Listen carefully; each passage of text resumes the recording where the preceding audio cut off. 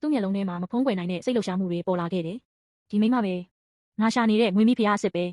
ထိုစကားတစ်ခွန်းကြောင့်နန်းတော်တစ်ခုလုံးတုန်လှုပ်သွားခဲ့တယ်။ညီသူမျှနားမလည်နိုင်ခဲ့ကြဘူး။ဒီမိမမှာပန်းပြာရောင်ဝတ်စုံလည်းမရှိဘူး။တစ်ခွရနံလည်းမရှိဘူး။ဝမ်ရိုလိုအထူးသွေးမျိုးဆက်လည်းမဟုတ်ဘူး။ဒါပေမဲ့ငွေဘရင်ကသူမကိုတန်ဖိုးထားနေစေဖြစ်တယ်။အဲ့ဒီနေ့ကစပြီးငွေမိဖုရားအစ်စ်ဟာနန်းတော်ရဲ့အမြင့်ဆုံးမျိုးသမီးဖြစ်လာခဲ့တယ်။ငွေဘရင်ကသူမကိုအယူအမူချစ်မြတ်နိုးခဲ့တယ်။ဘသူပဲဖြစ်ဖြစ်သူမအကြောင်းမကောင်းပြောရရင်ချက်ချင်းအသက်ပေးရတယ်။ဒါကြောင့်လူတိုင်းကငွေမိဖုရားနဲ့ဝေးဝေးနေကြတယ်။ဒါပေမဲ့မူဝန်ကတော့မတူဘူး။သူမကိုယ်တိုင်နန်းတော်ထဲဝင်ပြီးငွေမိဖုရားကိုအနီးကပ်အလုပ်ကျွေးပြုဖို့ဆုံးဖြတ်ခဲ့တယ်။အဲ့ဒီဆုံးဖြတ်ချက်ကြောင့်အမဖြစ်သူမူရှိတောင်ထိတ်လန့်သွားခဲ့တယ်။ဘာကြောင့်လဲဆိုတော့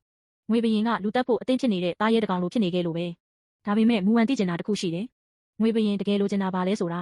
ဒီလိုနဲ့အချိန်တွေကုန်ဆုံးသွားခဲ့တယ်။နောက်ဆုံးမှာတော့ငွေမိဖုရားအစ်စ်မိဘမဲ့နေ့ရောက်လာခဲ့တယ်။မူဝန်ရဲ့ရင်ထဲမှာတော့မတက်မတာဖြစ်နေသေးပဲ။ဒီတစ်ခါ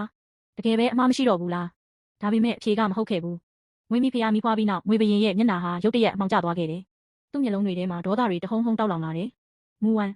မင်းသားကိုထက်လှည့်စားရဲတယ်ပေါ့။ထိုစကားကြောင့်လူတိုင်းထိတ်လန့်သွားကြတယ်။ဒါပေမဲ့မူဝန်ကတော့မကြောက်ခဲ့ဘူး။အဲ့ဒီအစားအေးဆေးဆေးပြန်မေးလိုက်တယ်။မင်းကြီးကျမရှာပေးတဲ့သူမှားသွားလို့လား။ဒါမှမဟုတ်မှန်လွန်းသွားလို့လား။ထိုစကားကြောင့်ငွေဘရင်ရဲ့မျက်နှာချက်ချင်းပြောင်းလဲသွားခဲ့တယ်။အဲ့ဒီအချိန်မှာမူဝန်တေချာသွားခဲ့တယ်။သူမရဲ့ခံမှန်းချက်မှန်နေပြီဆိုတာကို